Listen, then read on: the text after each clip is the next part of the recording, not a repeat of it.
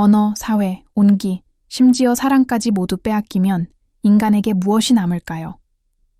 1797년 프랑스의 깊은 숲속 얼음 속에서 사냥꾼들은 그 답을 찾았습니다. 그리고 그것은 무시무시한 것이었습니다. 1797년 프랑스는 혁명의 참혹한 피바다에서 아직 벗어나지 못한 채 이성과 과학이라는 기둥 위에 재건을 시도하고 있었다. 그러나 프랑스 남부 아베롱의 울창한 고대 숲에는 새로운 계몽주의 시대를 조롱하는 원시적인 무언가가 여전히 도사리고 있었다. 자연의 추위와 잔혹함에 익숙해진 거친 사냥꾼들은 정체를 알 수 없는 짐승의 흔적을 따라갔다. 그들은 늑대, 어쩌면 길 잃은 멧돼지일 거라고 예상했다.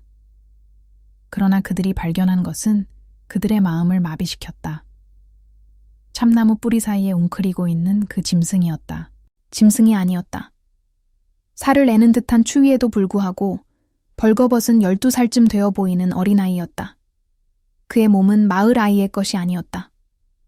오래되고 새로운 상처들이 뒤섞인 테피스트리 같았고 피부는 두껍고 더러웠다. 머리카락은 헝클어졌고 그의 눈은 두려움도 호기심도 보이지 않았다. 오직 경계심만을 보였다. 포획 과정은 혼란스러웠다. 소녀는 엄마를 부르며 비명을 지르지 않았다. 울지도 않았다.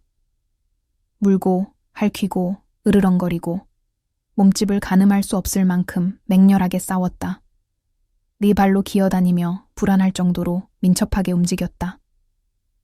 마침내 소년을 제압했을 때 그 뒤를 이은 침묵은 몸싸움보다 더 귀청이 터질 듯했다.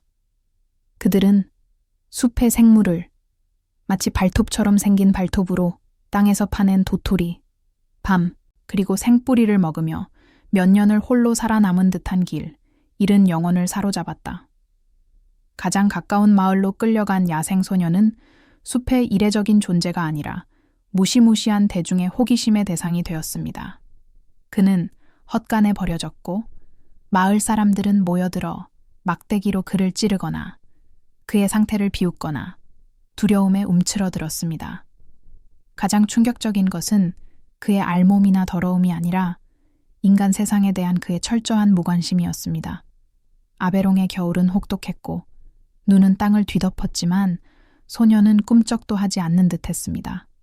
마을 사람들은 두꺼운 양털로 몸을 감싼 채 창문에서 소년을 지켜보는 가운데 소년은 눈 덮인 마당을 알몸으로 걸어 다녔고 그의 야윈 몸은 떨림조차 없었습니다.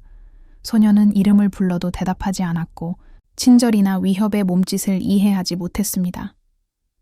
좌절하면 그는 몸부림치고 물어뜯었습니다. 침착할 때는 앉아서 몸을 흔들며 아무도 볼 수 없는 무언가의 시선을 고정했습니다. 미신을 믿는 농부들과 지역 사제에게 그 결론은 너무나 명백하고도 두려웠습니다. 그 존재에게는 영혼이 없다는 것이었습니다. 그는 사람의 모습을 한 동물이었거나 아니면 그들이 속삭이듯이 바보였을지도 모른다. 당시에는 정신적으로 공허하고 인간을 정의하는 신성한 불꽃이 없는 사람을 가리키는 용어였다.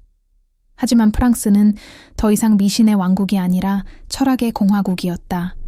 아베롱의 괴물이 체포되었다는 소식은 빠르게 퍼져 파리의 살롱과 대학들을 들끓게 했다. 이성의 시대에 사로잡힌 혁명 이후 시대에 그 거친 소녀는 단순한 일탈이 아니라 궁극적인 시험대였다. 철학자들은 열띤 논쟁을 벌였다. 그는 장 자크 루소가 말한 고귀한 야만인, 즉 사회에 의해 타락하지 않은 순수한 자연 상태의 인간을 보여주는 살아있는 증거였을까? 아니면 존 로크의 타불라 라사, 즉 사회가 그 위에 글을 써주기를 기다리는 백지 상태의 증거였을까? 아니면 가장 냉소적인 사람들이 두려워하듯이 그는 사회 없이는 인간은 그저 동물에 불과하다는 것을 보여주는 증거였을까? 그는 수백 킬로미터에 달하는 충격적인 여정 끝에 파리로 이송되었다. 숲의 고요함만을 알고 있던 소녀는 갑자기 유럽 최대 도시의 소음과 냄새, 그리고 혼돈의 한복판에 내던져졌다. 그는 하나의 구경거리가 되었다. 파리에서 소녀는 과학계의 거장들에게 넘겨졌습니다. 그를 처음 진찰한 사람은 전설적인 필립 피넬이었습니다. 그는 수년 전 비세트르 정신병원에서 미친놈들을 사슬에서 풀어주며 역사를 만든 사람이었습니다. 피넬은 당대 최고의 정신과 의사였으며 체계적인 관찰과 연민 당시 기준으로 볼 때를 지닌 사람이었습니다. 그는 몇 주 동안 소년을 관찰했습니다.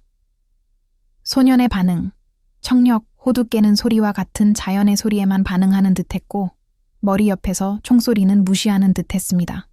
그리고 상호작용을 검사했습니다. 소년은 피넬의 노력에 무관심하고 흔들리는 모습을 보였습니다. 피넬의 진단은 신속하고 잔혹했으며 많은 사람들에게 결정적이었습니다. 그는 소년을 불치의 백치로 선언하는 보고서를 발표했습니다.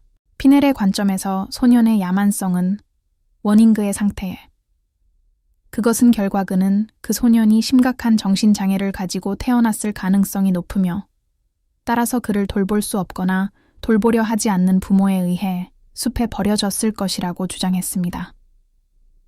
피넬에게 이 사건은 종결되었습니다. 그 소년은 가망 없는 사건이었고 자연의 섭리이며 과학적 연구의 가치가 없는 존재였습니다. 그는 정신병원으로 보내져 잊혀질 것이었습니다. 하지만 한 남자가 반대했습니다. 파리 국립청각장애인 연구소에서 일하던 젊고 이상주의적이며 야심만만하고 뛰어난 의사장 마크 가스파르 이타르였습니다. 이타르는 소년을 바라보며 불치의 백지가 아니라 로크의 백지를 보았습니다. 그는 피넬의 진단을 맹렬히 거부했는데 이는 프랑스 최고 권위에 도전하는 전문가로서 엄청난 대담함을 보여준 행동이었습니다. 이타르는 소년이 타블라 라사 백지라고, 즉 정신이 망가진 것이 아니라 그저 텅 비어 있다고 믿었습니다. 그는 소년의 야만성은 순전히 수년간의 극심한 사회적 고립의 결과라고 주장했습니다. 아무도 그에게 가르쳐주지 않았기에 그가 인간답게 사는 법을 배우지 못한 것입니다. 과학과 교육이 영혼을 형성할 수 있는 힘을 굳게 믿었던 이타르는 파리 과학계에 대담한 약속을 했습니다. 소년을 집으로 데려가 교육하고 느끼고 생각하는 법, 그리고 가장 중요하게는 말하는 법을 가르치겠다는 약속이었습니다. 그는 그를 문명화시킬 것이다. 과학은 자신의 옹호자를 찾았고 이타르가 빅터라는 이름을 붙여준 야생소년은 그 세기의 가장 유명한 실험이 되었다.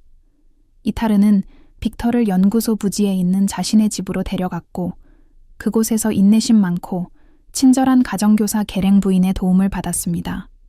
하지만 그 후의 교육은 순탄치 않았습니다. 기괴하고 때로는 잔혹한 일련의 문명화 의식이었습니다. 헌신적인 경험주의자였던 이타르는 숲속 생활로 무뎌졌다고 생각한 빅터의 감각을 깨워야 한다고 생각했습니다.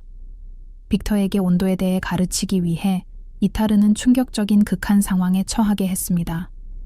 빅터가 고통스럽게 울부짖을 정도로 뜨거운 물에 목욕을 시키고 그 직후 얼음처럼 차가운 목욕을 시키는 것이었습니다. 그는 빅터에게 두려움을 통해 공감 능력을 가르치려 했습니다. 말을 듣지 않으면 어두운 찬장에 가두고 빅터가 뉘우치는지 보기 위해 우는 척하기도 했습니다. 그러나 가장 큰 노력은 언어 발달에 집중되었습니다. 이타르는 하루에 몇 시간씩 빅터가 소리를 내도록 강요했습니다.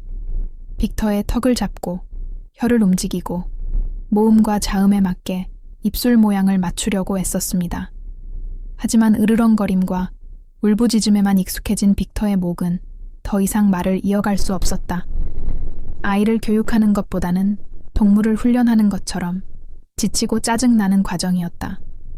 그런데 이 엄격한 실험들 속에서 놀라운 일이 벌어졌습니다. 빅터가 변화하기 시작한 것입니다.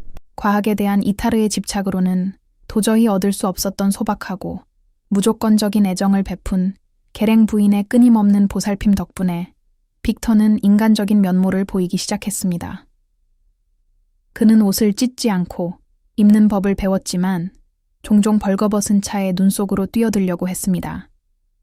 접시에서 손과 입을 바로 떼어내는 대신 수저로 먹는 법을 배웠습니다. 그는 계랭 부인에게 달려가 인사하고 그녀가 떠날 때는 괴로운 표정을 지으며 그녀에 대한 분명한 선호와 진심 어린 애정을 보여주었습니다. 심지어 지적 이해력도 엿보였습니다. 유명한 실험에서 이타르는 빅터에게 사물의 이름과 글자를 연관시키는 법을 가르쳤습니다. 이타르는 금속 글자로 LAIT, 우유를 쓰면 빅터는 우유 한 잔을 정확하게 가져왔습니다. 그는 상징적인 글자를 이해했습니다. 이타르에게는 큰 승리였습니다. 하지만 이 승리는 가장 중요하고도 짜증나는 결점을 드러냈습니다. 빅터는 읽다 그는 우유라는 단어를 발음할 수 없었습니다. 말하다, 우유라는 단어. 이타르의 과학적인 지식은 빅터의 머릿속에 도달했지만 그의 목소리에는 닿지 않았다. 언어의 장벽은 여전히 뚫을 수 없었다. 5년이라는 긴 세월이 흘렀습니다. 매일같이 실험을 하고 작은 진전과 엄청난 실패를 반복한 5년. 장이타르의 좌절감이 뚜렷해졌습니다. 문명인을 창조하겠다고 약속했던 이상주의적인 젊은 의사는 이제 자신의 과학의 한계에 직면하고 있었습니다. 빅터는 일상을 배우고 기본적인 애정과 단어 인식을 익혔지만 이타르가 인간의 본질이라고 여겼던 언어와 복잡한 도덕성을 발달시키지는 못했습니다. 빅터는 정의나 신과 같은 추상적인 개념조차 이해하지 못했습니다. 그는 오로지 욕망과 보상의 차원에서만 행동했습니다. 이타르의 집착은 점점 더 심해져 분노와 실망으로 변했습니다. 그는 빅터를 단순한 프로젝트가 아닌 짐으로 보기 시작했습니다. 마침내 1886년, 이타르는 자신의 패배를 공개적으로 인정했습니다. 그는 첫 번째 보고서보다 훨씬 더 어두운 두 번째 보고서를 작성하여 자신의 실패를 상세히 설명했습니다. 그는 언어나 도덕성을 가르치는데 실패했다고 결론지었습니다. 이타르의 형태로 과학은 야만인을 구원할 수 없다고 공식적으로 선언했습니다. 실험은 그렇게 끝났습니다. 실험 실패로 아베롱의 빅토르에 대한 과학적 대중적 관심은 생겨났던 것만큼이나 빠르게 사라졌습니다. 그는 더 이상 고귀한 야만인이나 백지 상태가 아니었습니다. 그는 그저 빅토르, 피넬이 수년 전 진단했던 불치의 백치일 뿐이었습니다. 세상은 변했습니다. 실패로 깊은 상처를 입었음에도 불구하고 장 이타르는 제자를 버리고 자신의 천재성을 다른 분야로 옮겨 이과학, 즉 귀를 연구하는 분야에서 세계적으로 유명한 성우자가 되었습니다. 실패한 프로젝트였던 빅토르는 스승에게 버림받았습니다. 그러나 정부는 그의 치료에 대한 보답으로 소에게 연금을 지급했습니다. 그는 연구소 근처 파리의 작은 집으로 옮겨졌습니다. 그곳에서 그는 남은 생애를 완전히 잊혀진 채 살았습니다. 한때 그를 그토록 열렬히 지켜보았던 세상은 그를 잊었습니다. 하지만 그는 완전히 혼자가 아니었습니다. 그를 실험 대상이 아닌 돌봄이 필요한 인간으로 여겼던 유일한 사람, 가정부 계랭 부인이 그의 집으로 이사했습니다. 그녀는 남은 생애 동안 그를 묵묵히 헌신적으로 돌보았고 그가 알고 있던 유일한 안정과 애정을 그에게 제공했습니다. 아베롱의 빅토르는 1828년 40살 무렵의 나이로 생을 마감했습니다. 그의 죽음은 거의 알려지지 않았습니다. 하지만 그의 비참한 실패가 남긴 유산은 수세기 동안 과학계를 괴롭혔습니다. 빅토르의 이야기는 여전히 섬뜩한 이야기로 남아 있습니다. 야생소년에 대한 이야기가 아니라 18세기 과학의 잔혹한 한계와 이해할 수 없는 영혼을 문명화하지 못한 비극적인 실패에 대한 이야기입니다. 당시 과학이 풀지 못했던 핵심적인 미스터리는 다음과 같습니다. 왜냐하면 이타르는 실패했을까? 빅터에게는 무슨 문제가 있었을까? 오늘날 우리는 이타르와 피넬이 결코 생각해낼 수 없었을 이론들을 가지고 있다. 빅터는 자폐증이었을까? 그의 많은 행동들, 즉 특정 자극에 대한 무감각, 눈 맞춤 부족, 말을 하지 않으려는 태도, 반복적인 움직임은 현대의 중증 자폐증 진단과 완벽하게 일치한다. 그는 숲에서 보낸 충격적인 어린 시절 동안 뇌 손상을 입었을까? 아니면 진실은 훨씬 더 비극적인 것일까? 오늘날 과학자들은 언어 습득의 결정적 시기, 즉, 인간의 뇌가 말을 배울 준비를 하는 생후 초기 몇 년의 시기에 대해 이야기한다. 빅터는 이 시기 내내 바람소리와 동물소리만 들으며 혼자 지냈다. 어쩌면 그의 뇌는 완벽하게 건강했을지도 모르지만 오랫동안 닫혀있던 언어로 가는 문은 영원히 스스로를 가두어 버렸다. 그는 자기 마음속의 포로가 되었고 자연과 문명 사이의 황혼 속에 영원히 갇혀 어느 쪽에도 속하지 못하는 인간이었다.